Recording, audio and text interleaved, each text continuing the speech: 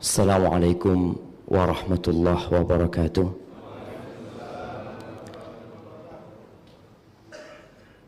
Alhamdulillah,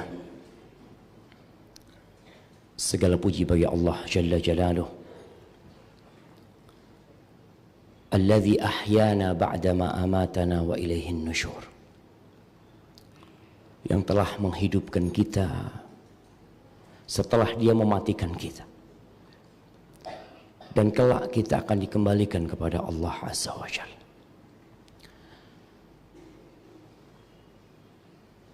Tidak mudah untuk bangun sebelum subuh,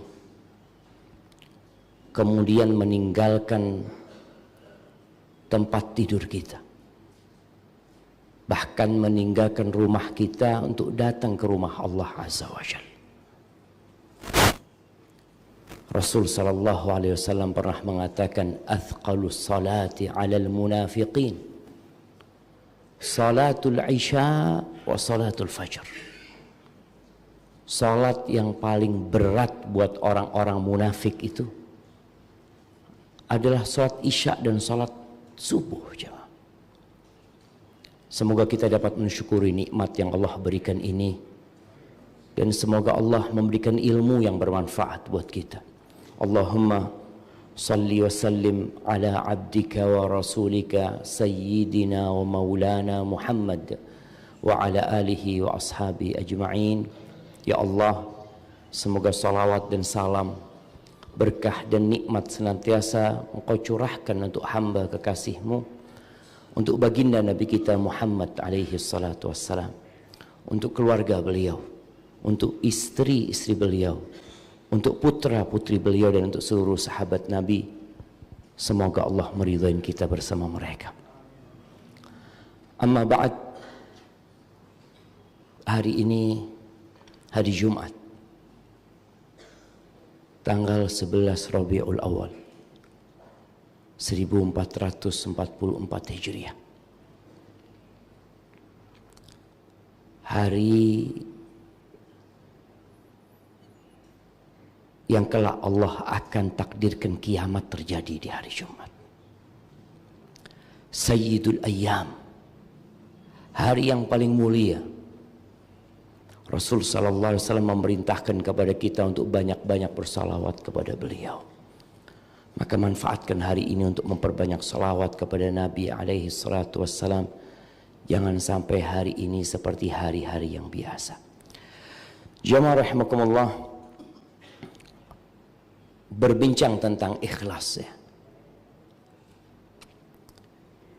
Ikhlas ini adalah amalan hati yang kebanyakan kita itu sibuk memperbaiki amalan zahir yang tampak dengan mata kita, dengan penampilan kita, dengan sholat kita, dengan sedekah kita. Padahal sejatinya amalan-amalan zahir itu bergantung dengan amalan hati. Hati kita beramal. Makanya kita lihat ada orang yang sedekah sedikit tapi jadi besar pada hari kiamat. Apa yang menyebabkan Allah memberikan pahala yang begitu besarnya? Kita tadi sholat bareng, sama sholat kita, mengikuti bacaan imam yang sama, mengikuti takbir imam yang sama sampai salam. Kalau secara zahir amalan kita sama, tapi apa yang membedakan? Sesuatu yang ada di hati kita. Makanya dikatakan bahwasanya al-ikhlas itu ruhul amal. Ruhnya amal itu ikhlas. Dan subhanallah, Allah Azza wa Jalla mengatakan, wa ma umiru illa liya'budullaha mukhlishina lahuddin hunafa wa yuqimus salah wa yu'tuz zakah wa dzalika dinul qayyimah. Orang-orang itu tidak diperintahkan melainkan untuk beribadah yang ikhlas untuk Allah Azza wa Jalla. Jadi bukan sekedar ibadah.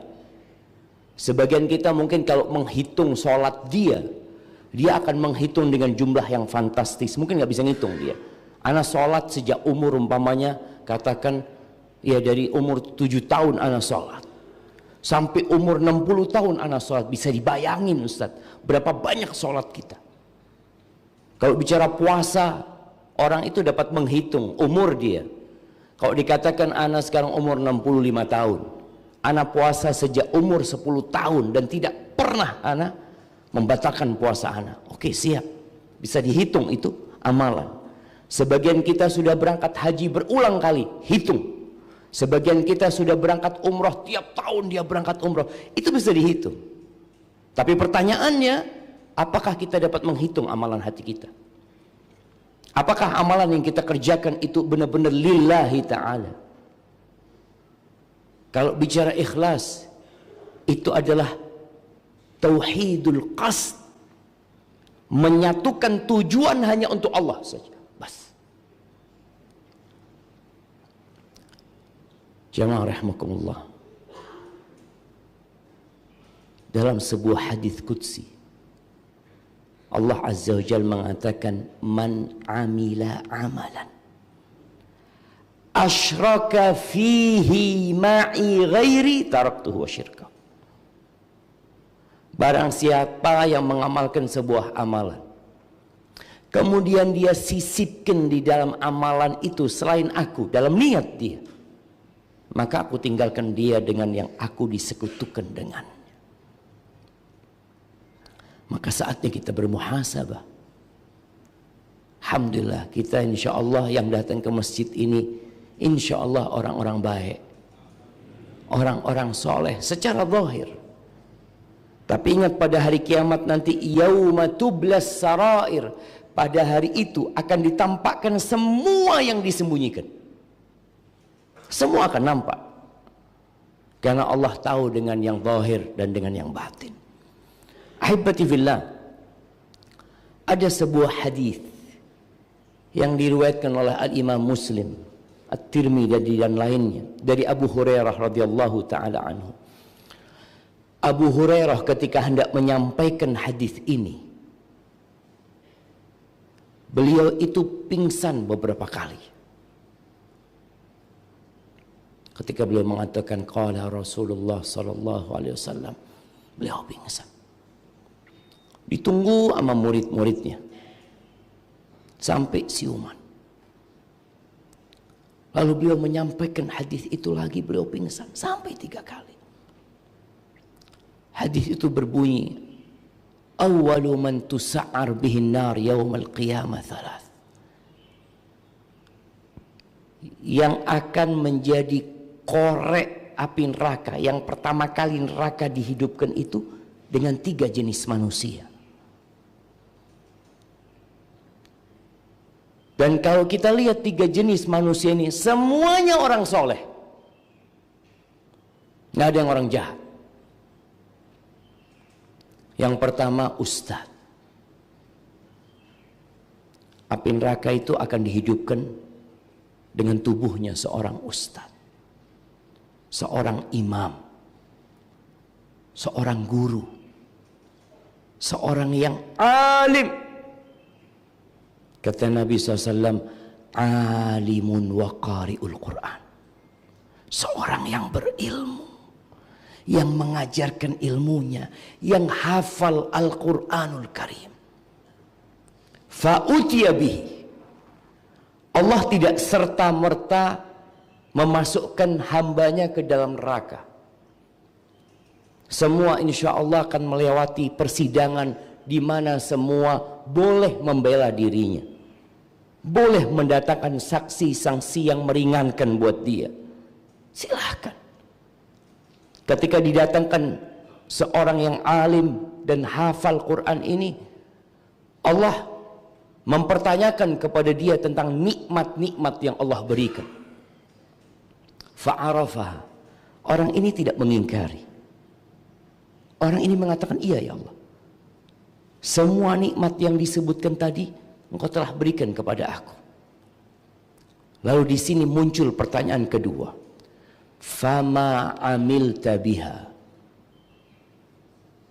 Engkau gunakan buat apa nikmat-nikmat yang kuberikan kepadamu? Kata orang ini, ta'allamtu fika wa 'allamtun nas wa qara'tu fika al-Qur'an. Yang aku lakukan dengan nikmat itu, aku belajar, datang ke masjid ngaji, masuk ke pesantren belajar ilmu agama, melanjutkan kuliah ke perguruan-perguruan tinggi Islam untuk mendalami agama Allah ini demi mengharapkan keridhaanmu. Ini amalan hati.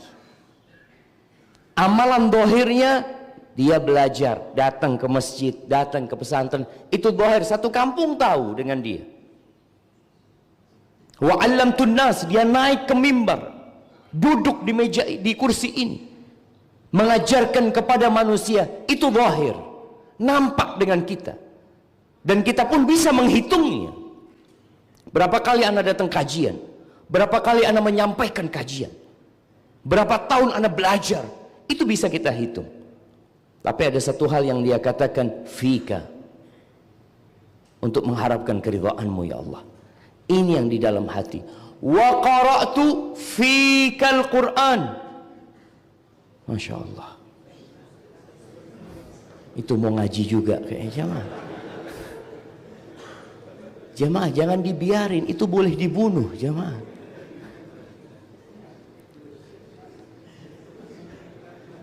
Masya Allah. Sudah pergi jamaah. Kayaknya ada yang ganggu kenyamanan dia jamaah. Taib. Apa kata dia? Wa qara'tu fikal Qur'an. Dan aku membaca untukmu Al-Quranul Karim, dalam rangka menggapai keridhaanmu Al-Quranul Karim. Bayangkan, dia katakan wa qara'tu fika. Ini bicara amalan hati jemaah. Kalau mungkin kita menyampaikan hal itu kepada orang lain, orang lain percaya, saya ini belajar, ya ingin cari keridhaan Allah. Tapi karena Allah tahu dengan isi hati kita. Ingat, niat ini bukan amalan lisan, bukan amalan raga, tapi amalan hati. Allah itu alimun bidatis sudur. Allah tahu dengan apa yang terbetik di hati kita. Kita ini sekarang duduk bareng jamaah. Hati kita kemana Allah tahu. Ada sebagian mungkin yang hatinya sedang berada di pasar, karena dia harus belanja habis kajian nanti. Atau tadi ngelihat kok ada dadar gulung tadi ya, kayaknya anak pulang dari masjid mau mampir sana. Itu amalan hati. Apa kata Allah Azza wa Jal? Kadzabta. Bohong. Dusta. Lalu Allah menyampaikan kepada orang ini tentang niat dia. Innama ta'allamta liyuqala alim wa qara'ta liyuqala qari. Engkau selama ini belajar hanya ingin mendapatkan gelar alim, orang yang alim, seorang ustadz, seorang kiai, tuan guru, buya, apapun sebutan-sebutan di muka bumi ini. Engkau niat itu, dan engkau membaca Al-Quran, menghafal Al-Quran, liyuqala qari, supaya dapat sebutan orang yang membaca Al-Quran, qari, orang yang hafal Al-Quran. Waqad qil, kata Allah Azza wa Jalla, dan itu sudah disebutkan di muka bumi. Mungkin namamu disebut termasuk dalam daftar ulama-ulama, daftar ustadz-ustadz, para penghafal Al-Quran. Tulis, engkau sudah dapatkan itu di dunia. Maka kemudian Allah perintahkan kepada malaikat-malaikat untuk menyeret orang ini. Bayangin jamaah, dilemparkan ke neraka sebelum orang-orang lain masuk neraka. Itu yang pertama. Yang kedua, syahid, orang yang mati di medan perang. dalam rangka menegakkan kalimat Allah Azza wa Jalla. Maka orang ini pun akan disidang. Mungkin orang ini di muka bumi dimakamkan di makam pahlawan.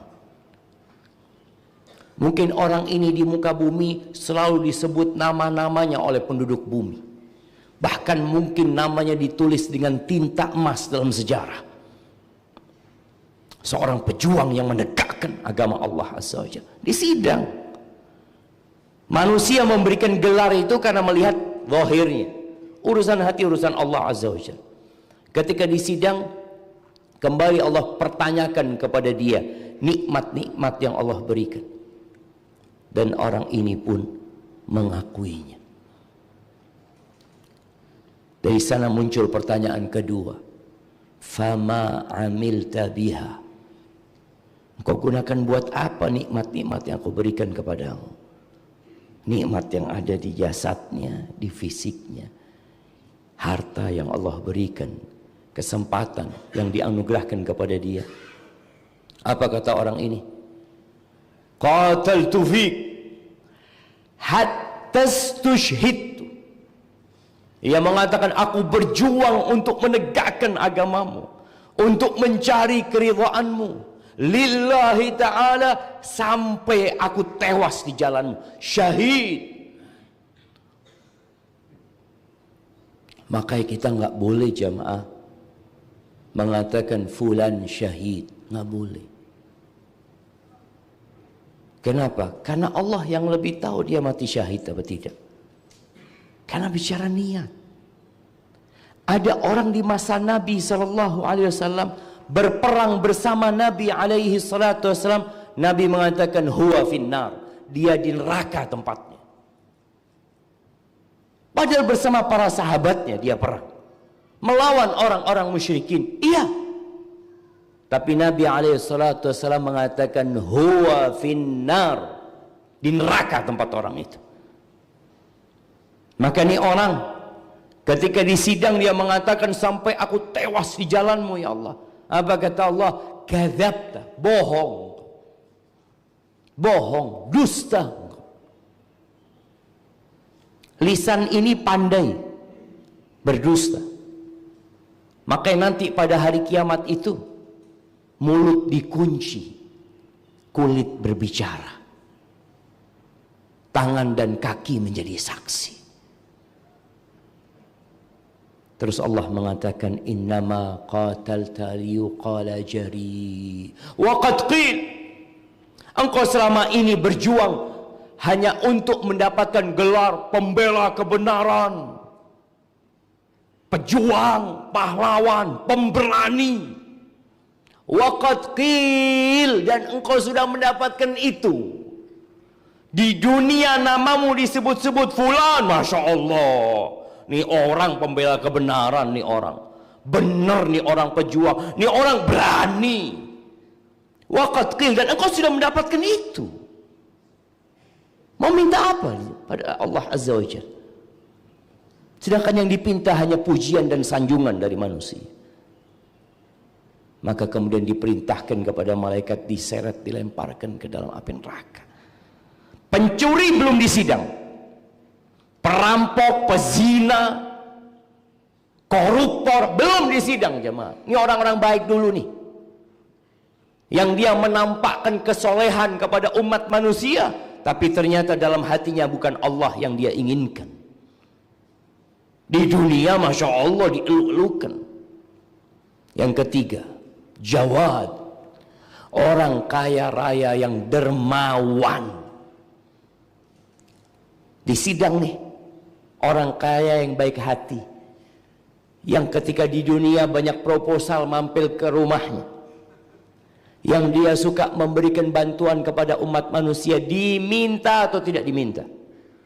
Ketika dia disidang, Allah tanyakan tentang harta yang Allah limpahkan kepada dia. Segala nikmat Allah kasih ke orang ini. Lalu Allah bertanya satu pertanyaan. Orang ini ngakui semua, ya Allah, kau berikan semua itu kepada aku. Dan dia merasa baik. Seperti yang pertama, kedua, merasa baik. Ketika ditanya, fama amilta biha, apa yang kau gunakan dengan harta yang kau limpahkan kepadamu? Orang ini mengatakan, subhanallah jamaah, ma min sabilin tuhibbu an yunfaqa fih illa anfaqtu fihi lak. Tidak ada satupun jalan kebaikan yang engkau suka harta pemberianmu, rizki anugerahmu disodakohkan di tempat itu, melainkan aku sudah bersedekah, berbagi di tempat itu, laka, untukmu ya Allah, lillahi ta'ala. Betul, secara zahir masjid dia bangun, selesai masjid sini dia bangun masjid yang lainnya. Kalau bicara sodakoh, masya Allah, kerabatnya selalu memuji dia karena orang yang peduli sama keluarganya. Janda-janda dia bangunkan rumah, anak-anak yatim dia berikan santunan, dia berikan minha dirasiyah, beasiswa untuk mereka supaya sekolah. Dia berangkatkan pegawainya umroh atau haji. Dia lakukan semua kebaikan yang berkaitan dengan harta. Dia katakan itu kepada Allah, tidak ada satupun jalan kebaikan, melainkan di situ ada jasa dia. Dan dia mengatakan, laka ya Allah, untukmu semua aku melakukan itu. Apa kata Allah? Kadzabta, bohong. Allah jamaah, masuk surga itu berat, perlu perjuangan. Bayangkan orang ini ya, kalau secara hitungan matematika, ya Allah, mungkin sudah miliaran yang dia infakkan, puluhan miliar mungkin yang keluar di jalan Allah, betul dia berikan di jalan Allah. Tapi yang jadi masalah, niatnya ternyata bukan untuk Allah. Allah mengatakan kadzabta, bohong. Ingat, semua nanti akan disidang berhadapan dengan Allah Azza wa Jalla. Laisa bainahu wa bainallahi turjuman. Enggak ada penerjemah. Kita sendirian sama Allah Azza wa Jalla. Enggak butuh Allah kasih saksi, ini fulan benar sedekah. Karena memang dia sudah ngakui dan Allah terima, fulan udah sedekah. Yang bangun masjid ini fulan, iya fulan, betul. Tapi yang jadi masalah, amalan hatinya. Itu yang bakal dipertanyakan nanti. Maka ketika Allah mengatakan bohong, habis semua sedekah dia yang pernah dia lakukan. Lalu diperintahkan kepada malaikat, dilemparkan ke neraka. Na'udzubillahi minan nar. Jamaah rahimakumullah, ingat kita selalu bersyahadat, mengatakan asyhadu an la ilaha illallah. Ini adalah standar amalan hati. Kita harus untuk Allah amalnya.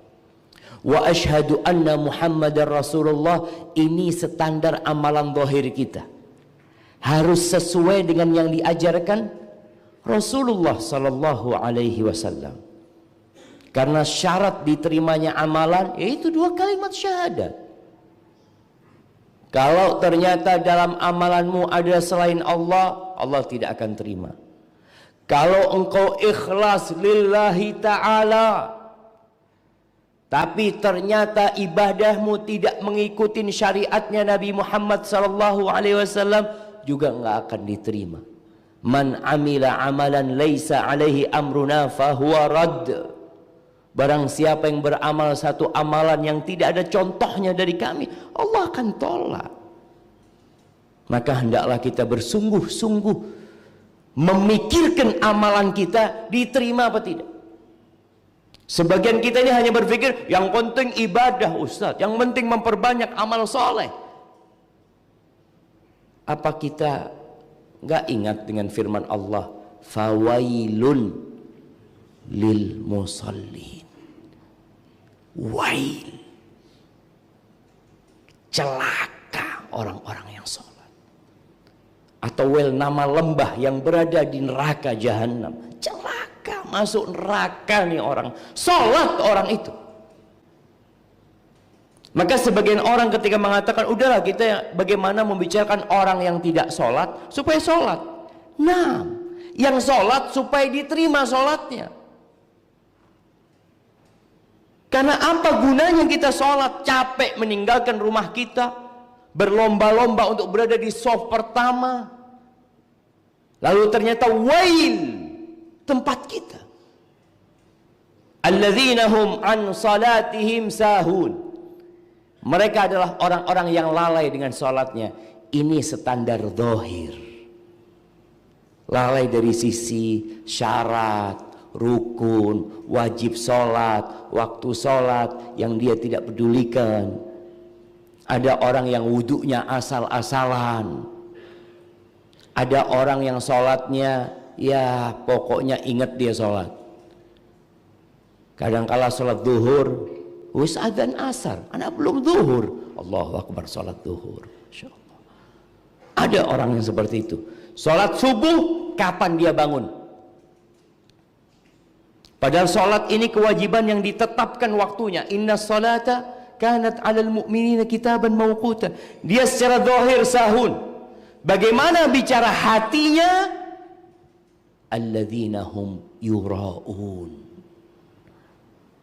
Dia adalah orang-orang yang riya, jemaah. Yang enggak lillahi ta'ala salatnya. Maka bagaimana sekarang kita mencapai keikhlasan? Itu yang perlu kita pikirkan. Dulu ketika kita belum hijrah, yang dipikirkan bagaimana kita meninggalkan dosa. Alhamdulillah mungkin sekarang kita bisa disebut, alhamdulillah Ustaz, ana sudah meninggalkan masa lalu yang kelam. Ana sudah meninggalkan dosa-dosa yang biasa ana kerjakan, alhamdulillah. Sekarang bagaimana berpikir yang engkau amalkan diterima sama Allah Azza wa Jalla. Yang pertama yang harus kita lakukan adalah bermuhasabah. Sebelum nanti kita dihisab. 3 orang yang jadi koreknya api neraka itu, dia asal beramal di dunia. Coba bermuhasabah kita. Kira-kira ana beramal ini untuk Allah apa tidak? Dan muhasabah ini sebelum beramal, ketika beramal, setelah beramal. Sebelum beramal. Jadi kalau bicara ikhlas ini dalam semua ibadah ya, jangan cuma antum berpikir ikhlas itu kalau sodakoh. Antum kalau sodakoh harus ikhlas. Kalau sholat, ya harus ikhlas juga. Kurban, besar-besaran sapi. Sapinya siapa yang paling besar itu? Punya saya Pak. Insya Allah. Ini amalan zahir. Apakah dia riya? Nggak tahu kita. Orang memang dia ditanya sapinya siapa ini. Masa dia mau ngomong sapinya orang? Enggak. Sapinya ana. Zahir fadl dia mengatakan itu. Tapi hatinya bagaimana? Maka kita perlu bermuhasabah sebelum beramal. Ketika mau datang kajian antum, mungkin mulai tadi malam antum berpikir nanti besok subuh ana mau datang kajian. Ingat langkah dari rumah antum itu dicatat sama malaikat. Bayangin ya, betapa besarnya pahalanya. Ketika antum masuk ke masjid, menunggu waktu sholat, malaikat-malaikat itu mendoakan orang yang menunggu sholat itu didirikan. Pertanyaannya, kenapa anda datang? Untuk apa? Yang sodakoh juga seperti itu. Kadangkala ada proposal masuk, antum mau bantu proposal ini. Kenapa antum keluarkan duit 1 juta, 2 juta, 3 juta? Yang rutin mengeluarkan sodakoh. Ada sebagian kita rutin tiap bulan. Dia bersodakoh, dia bantu orang. Masya Allah. Tanyakan kenapa antum lakukan itu. Masya Allah. Kenapa jemaah? Anak kayaknya mau minum dulu jemaah. Cuma kok nggak ada sedotannya jemaah. Anak jadi bingung. Sebelah mana sedotannya? Oh Masya Allah.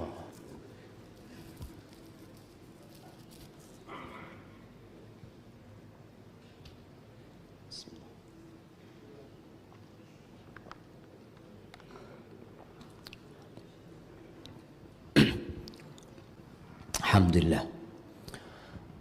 Jadi ketika kita mau beramal, antum bermuhasabah. Ketika sedang beramal, sudah diamalkan nih. Kalau bicara sholat ya, antum sudah sholat. Karena kadangkala niat itu berubah di tengah-tengah amalan. Awalnya ikhlas. Dia benar-benar datang kajian ini, benar-benar lillahi ta'ala. Ketika dia sholat, di soft pertama, tahu-tahu di sebelah ada yang liatin dia. Mulai hatinya kadangkala berubah. Yang awalnya mau baca qul huwallahu ahad berubah. Baca amma yatasaalun. Kok bisa jadi panjang bacaan? Padahal awalnya mau qul huwallahu ahad. Ikhlas dia, qul huwallahu ahad itu ikhlas dia jemaah. Tapi gara-gara ada yang melihat berubah.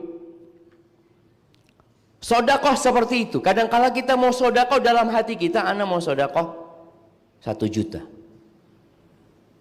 Tapi gara-gara ya sekali lagi ada yang lihat atau ini itu 10 juta aja lah. Kenapa berubah dari 1 jadi 10 juta? Maka kita bermuhasabah. Setelah selesai beramal, yang berangkat umroh sudah pulang, yang bangun masjid sudah jadi masjidnya, yang sholat berjamaah sudah pulang ke rumahnya. Kita perlu bermuhasabah lagi jemaah. Allah Azza wa Jalla mengatakan, ya ayyuhalladzina amanu taqullah wal tandur nafsum ma qaddamat lighad wattaqullaha innallaha khabirun bima ta'malun. Kata Allah, wahai orang-orang yang beriman, bertakwalah kalian kepada Allah. Sama Allah, takutnya sama Allah, bukan sama manusia, bukan sama CCTV, tapi sama Allah. Hendaklah setiap jiwa melihat apa yang dia persiapkan untuk hari esok. Apa? Bertakwalah kepada Allah. Sesungguhnya Allah itu maha mengetahui secara detail jemaah apa yang kalian kerjakan. Jadi bukan cuma zahirnya, batinnya pun Allah tahu. Makanya Umar bin Khattab radhiyallahu taala anhu mengatakan, hasibu anfusakum qabla an tuhasabu. Hisablah diri kalian sebelum kalian dihisab. Coba yang sudah haji, ana pernah haji dulu. Ada sebagian orang mengatakan, "Wallah Ustaz, ana haji dulu Ustaz tahun 2000 itu kayaknya nggak ikhlas Ustaz. Soalnya waktu itu ana haji karena mau mencalonkan jadi anggota dewan." Ustaz. Iya, jemaah. Ada orang mengatakan seperti itu. Benar, dia memang berangkat itu supaya dapat gelar haji. Karena kan mayoritas penduduk Indonesia Muslim. Kalau dia nggak ada hanya mungkin sama orang, kayaknya bukan orang soleh. Maka dia hanya untuk itu. Buktinya dia bertahun-tahun kenapa nggak berangkat haji?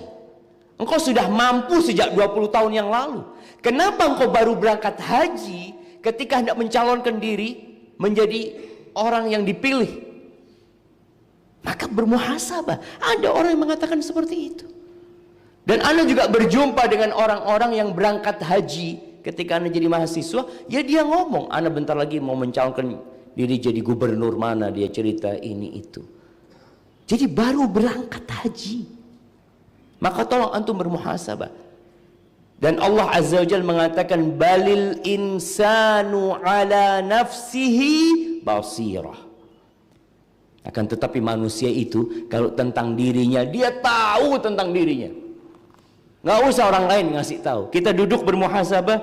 Iya, ana bangun masjid ini kayaknya dulu karena kawan ana yang satu bangun masjid. Jadi ana jadi tertantang gitu loh. Masa cuma fulan yang bangun masjid, aku iso bangun masjid. Bangun masjid juga dia jamaah. Hati-hati. Itu namanya bermuhasabah. Sebelum beramal, ketika beramal, sesudah beramal. Ketika antum pulang dari sini, antum bermuhasabah. Kemudian yang kedua, berusaha kita mendidik diri kita untuk beramal soleh kelihatan orang atau tidak kelihatan orang.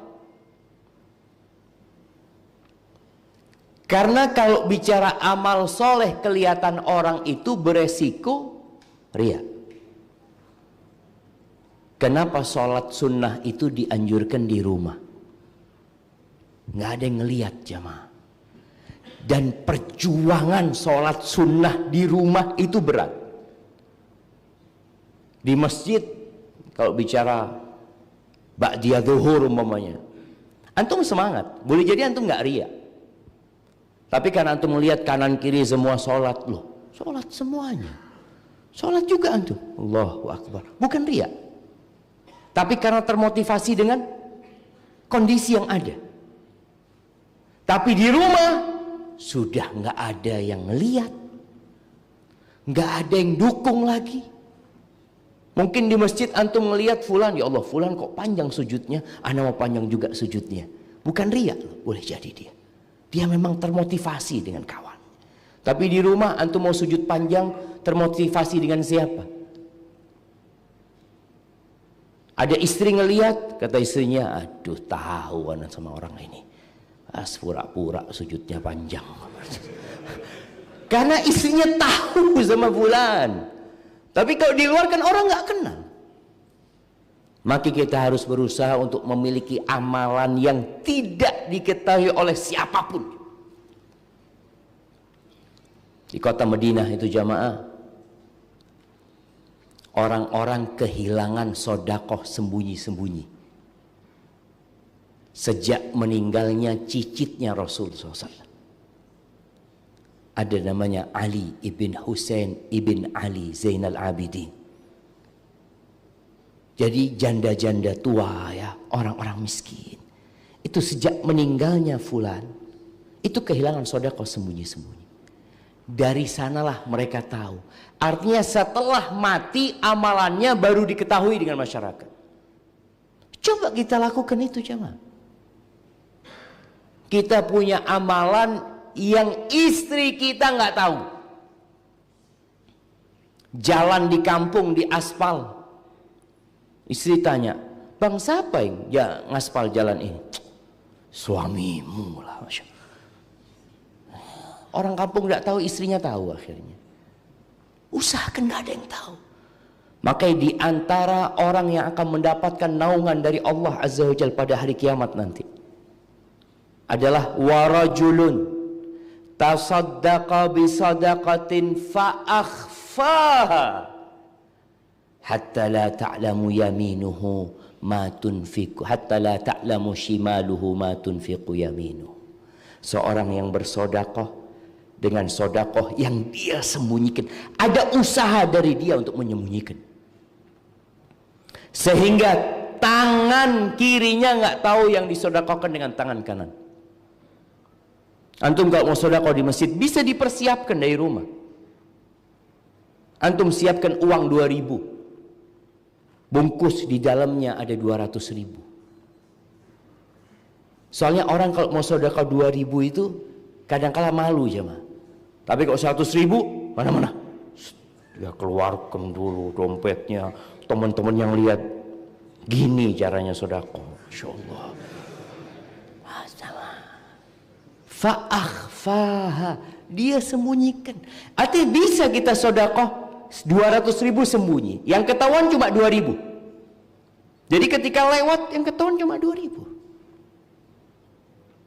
Dijaga hatinya. Jangan sampai antum sedekah 2.000, nggak tahu orang-orang 200.000 yang di dalam sana. Antum nanti akhirnya ujub sama diri antum sendiri. Benar-benar dia sembunyikan. Jangan sampai istri antum tahu. Oleh karena itu kita lihat dalam agama Islam ini, harta istri adalah harta istri, harta suami adalah harta suami. Jadi istri kalau mau sedekah nggak perlu izin suami. Suami kalau mau sedekah nggak perlu ngomong sama istrinya. Loh gimana nggak ngomong sama istri Ustaz? Yang pegang fulus istri. Aduh, ya repot. Jadi ibu-ibu jangan merasa curiga sama suaminya kalau suaminya nggak ngasih tahu berapa penghasilan dia. Karena sejatinya dia mungkin kepingin punya amalan-amalan yang nggak diketahui sama istri. Mungkin dia punya anak-anak yatim yang dia santuni, istrinya nggak tahu. Jadi tolong kita punya usaha. Dan ini yang akan mengantarkan manusia kepada husnul khatimah insyaallah. Karena menunjukkan dia benar amalannya, bukan pura-pura. Ada ucapan seorang sahabat yang mengatakan liyakun li ahadikum khib'un min amalin soleh. Hendaklah seorang di antara kalian memiliki amal soleh yang tersembunyi. Coba antum bermuhasabah. Pulang dari sini antum lihat ya. Apa amalan soleh ana yang tersembunyi? Kok semuanya kelihatan orang? Zikir, subhanallah. Subhanallah, subhanallah. Sebagian ulama itu subhanallah. Dia ketika di rumahnya sedang berzikir, tahu-tahu ada tamu masuk gitu seperti jamaah. Ya dia langsung berhenti, dia sembunyikan alat zikirnya. Mungkin kalau dia pakai alat, dia tangannya mungkin nggak bergerak, dia sembunyikan tangannya ya. Kemudian apalagi sekarang ada masker nih jamaah. Ini masker bisa untuk menyembunyikan zikir antum. Bisa menyembunyikan doa antum. Antum duduk di sebelah, antum sedang berzikir, orang nggak kelihatan. Tapi sebagian orang kalau waktunya zikir dibuka maskernya. Astagfirullah, astagfirullah. Loh dari tadi kenapa nggak antum sembunyikan gitu? Benar-benar berat menyembunyikan amalan itu. Karena kalau bicara ikhlas, jiwa kita ini nggak dapat apa-apa dengan kita ikhlas. Dalam artian jiwa itu ingin dipuji, ingin disanjung, ingin dihormatin. Ketika antum sembunyikan amalan, nggak ada yang tahu, nggak dapat apa-apa berarti diri antum. Tapi itulah ikhlasillahi ta'ala. Maka berusaha untuk memiliki amalan yang tersembunyi, itu akan mengantarkan antum insyaallah tawadhu, nggak akan ujub insyaallah. Kemudian yang ketiga, yakin bahwa kita ini tidak akan dapat menyempurnakan hak Allah atas diri kita. Karena ada orang yang merasa sudah cukup amalannya. Nah ini kayaknya kalau mati cukup, siap lah Ustaz. Kenapa? Anak sodakoh sudah banyak, haji sudah 27 kali. Kok sering sekali antum haji? Karena anak pembimbing haji Ustaz. Tiap tahun berangkat haji karena pembimbing haji. Umroh jangan ditanya sudah. Jadi insya Allah kalau mati anak cukup amalan kita. Hati-hati. Wallahi jamaah, kalau kita sejak lahir sujud, nggak bangkit dari sujud kita kecuali ketika ajal menjemput kita, kita tidak akan pernah menunaikan hak Allah atas diri kita. Karena di antara yang menghancurkan manusia itu adalah i'jabur rajuli bi nafsih. Kata Nabi SAW, orang takjub dengan dirinya sendiri. Kita kadang-kala melihat orang lain, karena tampak zahirnya orang ini belum soleh, belum taat, dalam hati kita, ini kayaknya kalau mati masuk neraka orang ini. Ya Allah jamaah. Wallahi jamaah nggak tahu kita jamaah. Maka tolong tumbuhkan di dalam diri kita keyakinan bahwa kita nggak akan pernah dapat menyempurnakan hak Allah atas diri kita. Semuanya dari Allah. Kita bisa duduk di soal pertama karena Allah loh yang menggerakkan hati kita, memudahkan urusan kita. Makanya ada riwayat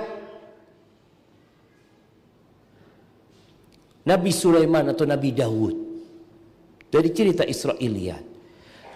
Allah Azza wa Jalla mengatakan kepada keluarga Nabi Daud ini, "I'malu ala Daud syukra." Wahai keluarga Daud, beramalah kalian sebagai bentuk syukur kepada Allah Azza wa Jalla.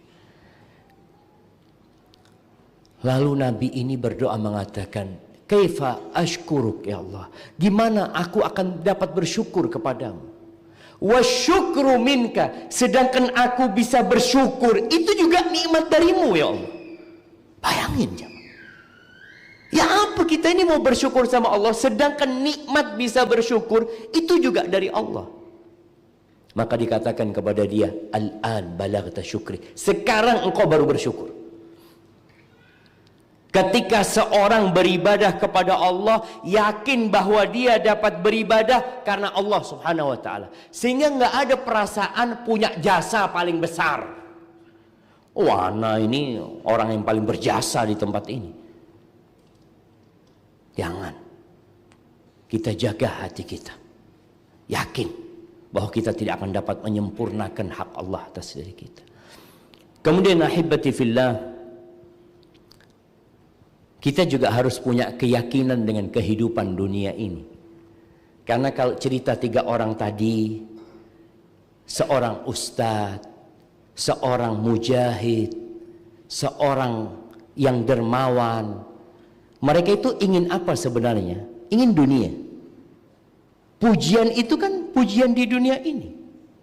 Hendaklah dia meyakinkan bahwasanya dunia ini sebentar. Kalau engkau dipuji sama orang itu, berapa tahun kau dipuji? 20 tahun, 70 tahun, setelah itu hilang pujian itu. Engkau akan mati dan orang-orang akan lupa dengan dirimu. Maka hendaklah kita selalu memikirkan hakikat kehidupan dunia ini. Rasul sallallahu alaihi wasallam mengatakan, man kanatid dunya hammahu. Barang siapa yang dunia menjadi ambisinya, apa hukuman yang Allah akan berikan kepada dia di dunia ini? Syattatallah alaihi syamlah, au farraqallahu alaihi amrah. Allah cerai beraikan urusan dia. Makanya kalau antum niatnya bukan lillahi ta'ala, hidup antum berantakan. Karena memang niatnya nggak lillahi ta'ala. Takut dengan kemiskinan, cemas dengan urusan dunia. Kenapa? Karena yang antum cari dunia. Berapa banyak orang-orang yang sekarang terkenal, yang dia sibuk membaca komentar orang, yang like berapa, yang dislike berapa, komentarnya positif atau negatif, sampai orang-orang itu depresi. Kenapa antum lihat ada seorang public figure yang akhirnya bunuh diri? Gara-gara dibully. Orang yang ikhlas, mau dipuji nggak urusan, mau dibully dia abaikan. Kenapa? Anda nggak cari urusan dari mereka ini. Emangnya mereka yang kasih rezeki Anda? Yang kasih rezeki Allah Azza wa Jalla. Kalau mau cari pujian Allah Azza wa Jalla. Kepingin dunia, minta sama yang punya dunia. Manusia punya apa? Tak punya apa-apa dia. Maka tadi keyakinan bahwa dunia ini sementara, fana, akan membuat kita nggak jadi minta pujian manusia. Nggak ada gunanya. Kemudian jamaah nanti pada hari kiamat, ketika orang ini berdiri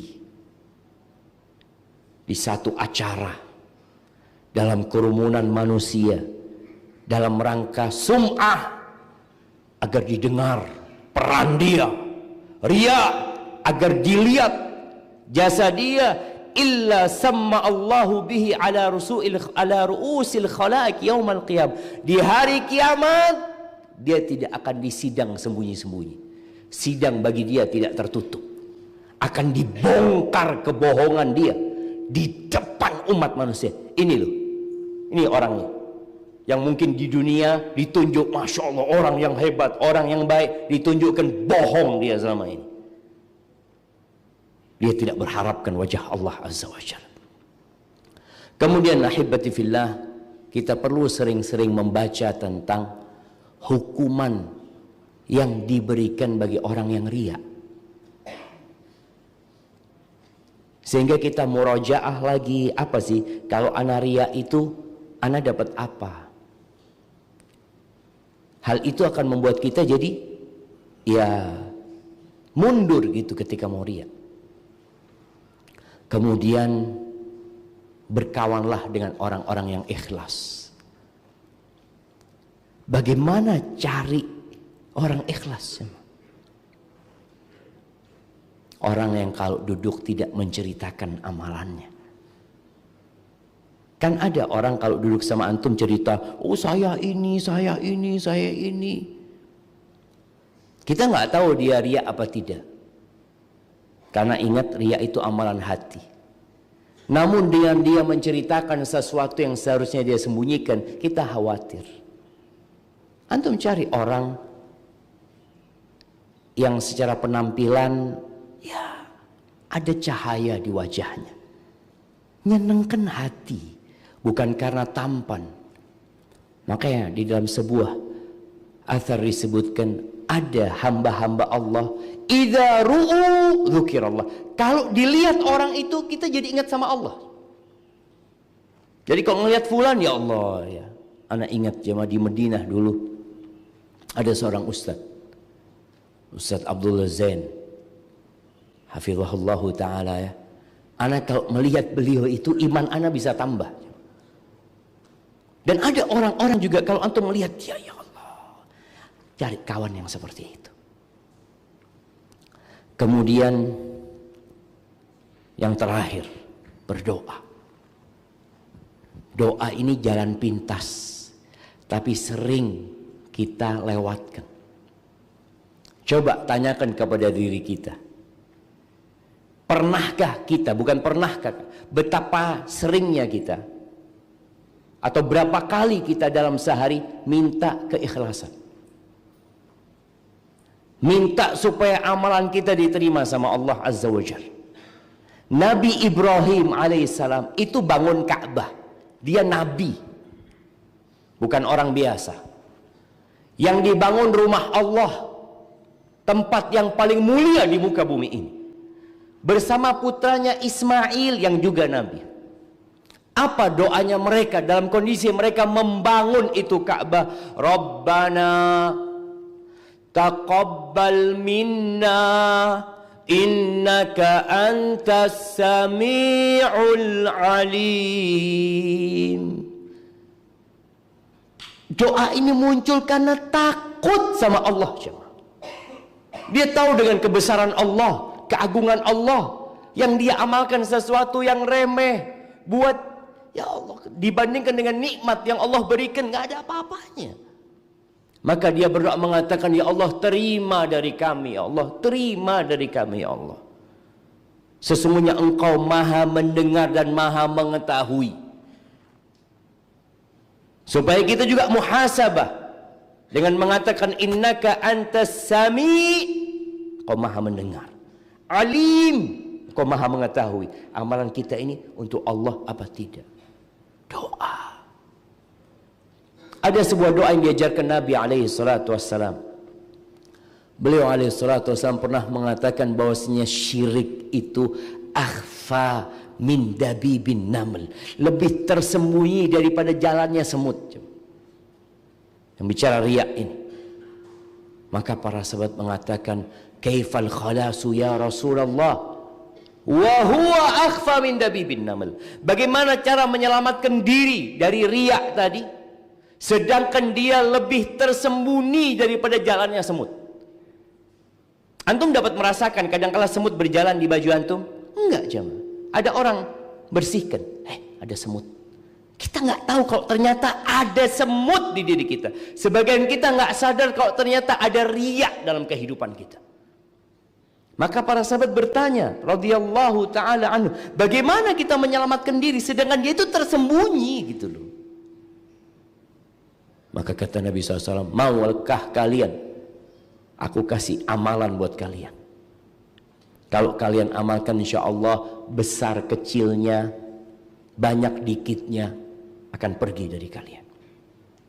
Qulu, kata Nabi, katakan doa ini, Allahumma inni a'udzubika an usyrika bika wa ana a'lamu wa astaghfiruka lima la a'lamu. Ya Allah, aku berlindung kepadamu dari melakukan kesyirikan yang aku ketahui. Sadar itu kesyirikan. Kita berlindung kepada Allah Azza wa Jalla.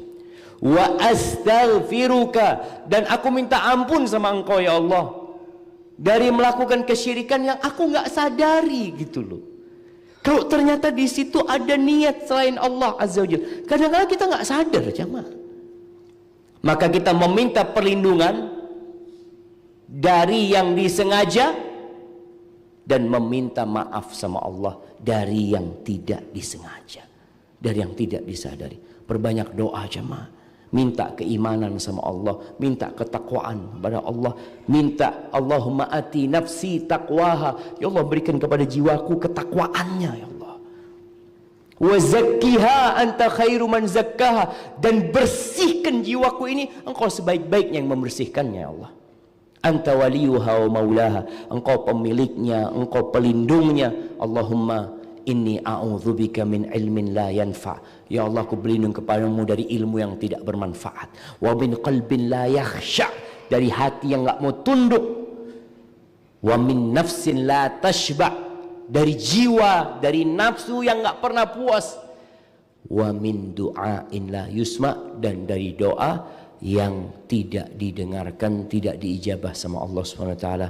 Jamaah, mungkin itu yang dapat Ana sampaikan. Karena kepingin lebih lama lagi karena pesawat Ana dimajukan, jemaah. Ternyata seharusnya jam 8, Ana harus berangkat jam 7. Maka mohon maaf, yang benar dari Allah Azza wa Jal, yang salah dari diri Ana pribadi. Allah dan Rasulnya terbebaskan dari kesalahan itu. Subhanakallahumma wa bihamdika asyhadu an la ilaha illa anta astaghfiruka wa atubu ilaik. Assalamualaikum warahmatullahi wabarakatuh.